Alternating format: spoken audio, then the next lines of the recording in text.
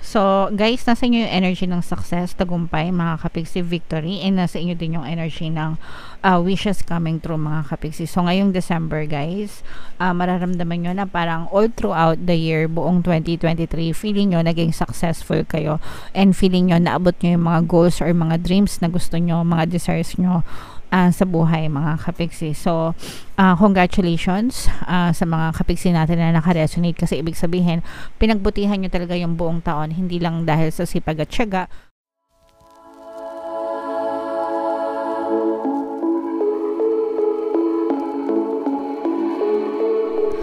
Hello guys, hello Cancer, money come to me. Ang pamagat ng ating episode for tonight is money reading para ngayong December. Para sa Cancer, Sun, Moon, Rising, Sign, and Venus. Shuffle ko yung cards guys, hanapin ko yung energy ng money at saka yung energy ng Cancer.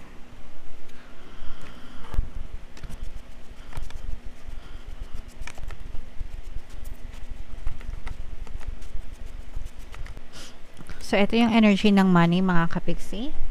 Tapos, ito yung energy ng Cancer. Kaya, i-represent ng King of Cups sa ating spread. Ito yung combination, guys, ng positive and negative energy. General reading lang. Pwede mag-resonate, pwedeng hindi. Comment down below, mga kapiksi, if feeling nyo nakaka-resonate kayo sa mga messages para sa inyo. So, ilatag muna natin, mga kapiksi, bago natin basahin para makita natin yung buong story. Wow! So, guys, nasa inyo yung energy ng success, tagumpay, mga kapigsi, victory, and nasa inyo din yung energy ng wishes coming true, mga kapigsi. So, ngayong December, guys, mararamdaman nyo na parang all throughout the year, buong 2023, feeling nyo naging successful kayo, and feeling nyo naabot nyo yung mga goals or mga dreams na gusto nyo, mga desires nyo sa buhay, mga kapigsi. So, congratulations sa mga kapigsi natin na nakaresonate, kasi ibig sabihin, pinagbutihan nyo talaga yung buong taon, hindi lang dahil sa sipag at tiyaga, hindi lang sa pagdadasal, mga kapigsi, kundi pagkakaroon din ng positibong mental diet para ma-achieve nyo talaga yung mga desires nyo, mga kapigsi. And ito guys, ibig sabihin nito, maganda, magtatapos ng maganda yung buwan nyo or yung taon nyo ng 2023, and magtutuloy-tuloy itong swerte na to tungo sa pag-abot ng inyong pangarap by 2024, mga kapiksi. Kasi hindi naman natatapos yun guys, no? Kumbaga parang hindi naman one time na achievement lang yung pwede nyong mangyari sometimes, diba? Pwedeng na-achieve nyo to ngayon, pero meron pa siyang kasunod. You will still aim for more, diba? So, and yun yung nakikita natin na maaring mangyari sa inyo. Very progressive yung mararamdaman nyo na talagang umuunlad, umaandar yung pag-asenso sa inyong buhay, mga kapigsi. For some of you guys, there may be a birth of something new na maaring gagawin kayo. Parang, yung iba sa inyo parang nagpaplano magnegosyo or mag-invest, mga kapigsi. And yung iba sa inyo, parang feeling ko meron na kayong mga plano. Tapos, parang gusto nyo na siyang simulan or gusto nyo na siyang gawin, mga kapigsi, pero parang humahanap lang kayo ng perfect timing, kumbaga. Yung iba feeling ko rin, kapag natanggap nyo yung, let's say for example, nag-aantay kayo ng bonus, kung kayo man ay mga empleyado ay nag-aantay kayo ng mga 13th month pay, ganyan, parang feeling ko yung makukuha nyo doon, imbis na masayang lang, i-invest nyo ito sa something na makabuluhan, mga kapiksi, okay? And definitely guys, mapapalawak nyo ito, so hindi ito mauuwi sa wala.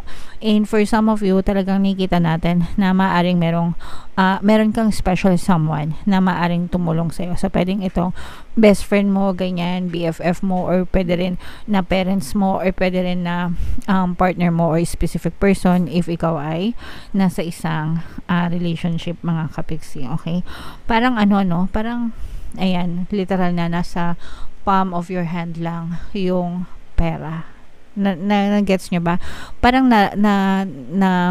nahiwatigan ko na parang alam nyo na kung paano magpaikot ng pera, okay? Kung paano siya iikot, flowing yung takbo ng pera sa inyo. So parang nalaman nyo na yung sekreto. So congratulations sa inyo, mga kapiksi. Parang nakita nyo na yung formula that will work for you, okay? So meron tayong presence ng fire signs, Aries, Leo, Sagittarius, for some of you guys, parang meron kayong hindi maka-move on, no? Parang siguro, this may be something that you did in the past, guys, na parang hindi kayo maka-move on. Pwedeng pwedeng nagkaroon kayo ng failure before, tapos may mga pinagsisihan kayo, mga financial decision na regrets, pinagsisihan nyo ganyan. So, let's say, for example, na-scam kayo dati, tapos, kaya meron kayong pinautang, yan. Parang meron kayong pinautang, pwede yung iba sa inyo, parang meron kayong pinautang na medyo malaki, tapos hindi bumabalik yung pera sa inyo, tapos parang pinagsisihan nyo na pinautang nyo pa sila. So, sabi ko nga, palagi namang may risks yung mga ganyan. Sometimes, kahit kaibigan natin, kamag-anak natin, hindi natin talaga malalaman yung resulta hanggang hindi natin sila nasusubukan. So, ito, parang nagsilbing aral na ito sa inyo, mga kapiksi, para in the future, mas magiging responsible na kayo kung paano kayo mag-handle ng pera, guys. And parang sinasabi din dito, guys, na iwasan nyo na maging magpadalos-dalos sa inyong mga pagdedesisyon, lalo na pagdating sa kaperahan, mga kapiksi, because hard-earned money nyo yan, guys, na pinaghirapan nyo yan. So it only makes sense na talagang maging cautious kayo sa pagdedesisyon kung saan nyo dinadala yung mga pera-pera nyo, mga kapiksi. So, mag-ingat na lang kayo, guys. Samahan nyo ng pag-iingat kahit pagpapahiram ng pera or pag-invest or kung saan man. Basta may kinalaman sa paglalabas ng pera, guys. Palagi may risk yan. So, palagi din kayong mag-ingat. Alright? So, money come to me, guys. Palagi ako may pera and palagi ako nagkakapera. Palagi nyo lang sabihin yung mantra na yan. Nandiyan na yan sa title ng ating thumbnail, mga kapiksi, para talagang maging magaan yung daloy ng pera sa inyo. So, ito yung ating mga money manifesting techniques. Shuffle ko to. Habang sinashuffle ko to, guys, panoorin nyo muna tong video natin regarding sa ating paano mag-manifest ng abundance video course. Kapiksi, sawa ka na ba sa mga struggles at hirap sa buhay mo? Masipag ka ba at masikap sa buhay ngunit hindi ka pa rin umaasenso? Ilang beses ka na bang nag-attempt magnegosyo at mag-invest pero palagi ka pa rin nalulugi? Sa pagkakataon na ito ay maaaring may subconscious beliefs ka na nagiging balakid sa iyong pag-unlad at pagyaman. Introducing, paano mag-manifest ng abundance video course. Dito ay matututunan mong ma-overcome ang mga balakid mo para tuluyan ka ng umunlad, umasenso, sumagana, maging matagumpay, successful at maswerte sa iyong kabuhayan, pera, trabaho, negosyo, salapi at kaperahan ng bonggang-bongga. Dali, mag-send na ng email sa pinoypixitaro@gmail.com at simulan na ang iyong pagyaman ngayon. Alright, so gusto mo bang yumaman? Kapiksi, kung gusto mong yumaman, umunlad at umasenso ng bonggang-bongga, mag-avail ka na ng course na yan dahil sobrang ganda talaga yan. And good news, mga kapiksi, no? Dahil magpapasko na Christmas sale season tayo, guys. Christmas season sale tayo. So, magbibigay ako ng 10% discount plus 1 free pampaswerte subliminal. Yan yung pinakamalaking sale natin, guys. Hanggang December 31 na lang, mga kapiksi, so mag-avail na kayo. And meron din tayong email coaching, manifest your desires using the law of attraction. If meron kayong mga specific na gusto nyong i-manifest, pwedeng love and relationship, pwedeng money or career, mga kapiksi, pwede kayong magpabook ng email coaching session with me. Mag-send lang kayo, guys, ng email sa pinoypixitaro@gmail.com.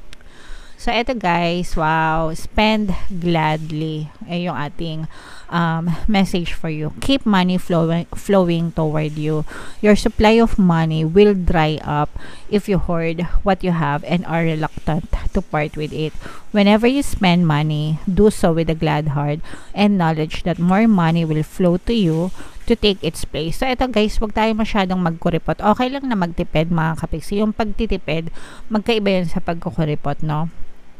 Pag nagtitipid ka, ibig sabihin cautious ka sa mga gastusin mo, 'di ba? Hindi mo hinahayaan na maaksaya lang yung pera na ginagastos mo. Pero yung pagkukuripot, iba 'yon, no? Parang ayaw mo nang gumastos talaga and you are reluctant to part with money kasi nandun yung takot mo. You're living in fear, no?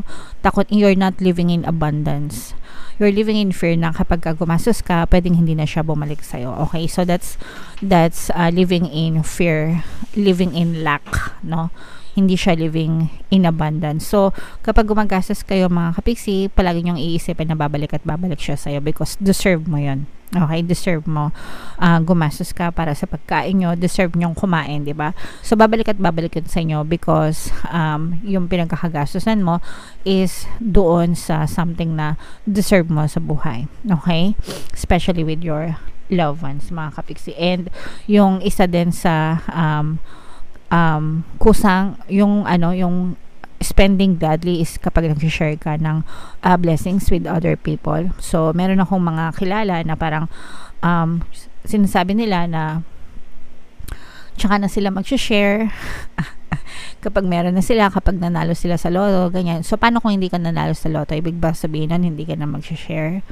Diba? Na-gets nyo ba where I'm coming from, mga kapiksi? So, if you're sharing your blessings, mga kapiksi, it doesn't have to be grand. Hindi nyo kailangang mag-donate or tumulong ng bonggang-bongga sa ibang tao para lang masabi na nakatulong kayo, no? It doesn't work that way. And hindi lang din naman sa pera nasusukat yung pagkakawang gawa, mga kapiksi. So, when you do so with a glad heart, kapag magaan sa kalooban nyo yung pagtulong sa ibang tao, asahan nyo na talagang yung abundant flow of money will definitely come to you, mga kapiksi. Subok na subok ko na kasi yan, guys. Ngayon, kung ayaw nyo tumulong, wala kayong tiwala, ganyan, tithing is the best form of sharing. Yung tithing, yun yung pag-aabuloy sa mga simbahan. Okay? So, kung nagsisimba kayo, sumasamba kayo, kahit anumang religion nyo, diba? Most of the time, may tithing sila. Pag-aabuloy na tinatawag. So, at least doon, nagbibigay kayo. Sabi ko nga, it's the best form of sharing, mga kapiksi. Okay? So, at least man lang doon, magbigay kayo, guys. Okay? So, yeah. Kapag hinord nyo yung kayamanan, mga kapiksi, sabi nga dito, your supply will dry up. No? And hindi na siya mag-flow abundance sa inyo. Pero kapag pansinin nyo, guys, yung mga taong matulungin, talagang hindi yan nawawalan. Money will keep flowing to them no matter what. Kasi binabalikan talaga yan ng good karma, mga kapiksi. Alright? Okay, so yeah. Comment down below, guys, if feeling nyo nakaresonate kayo dyan sa mga messages na yan, mga kapiksi. And ito yung ating Money 2024 kapalaran. Kung hindi nyo pa napapanood, panoorin nyo na. Super nice, super ganda. And ito naman yung ating success stories ng paano mag-manifest ng abundance video course. Click here to subscribe, mga kapiksi. Thank you for liking, sharing, and subscribing. See you again next time. I love you all. Have a nice day. Bye-bye.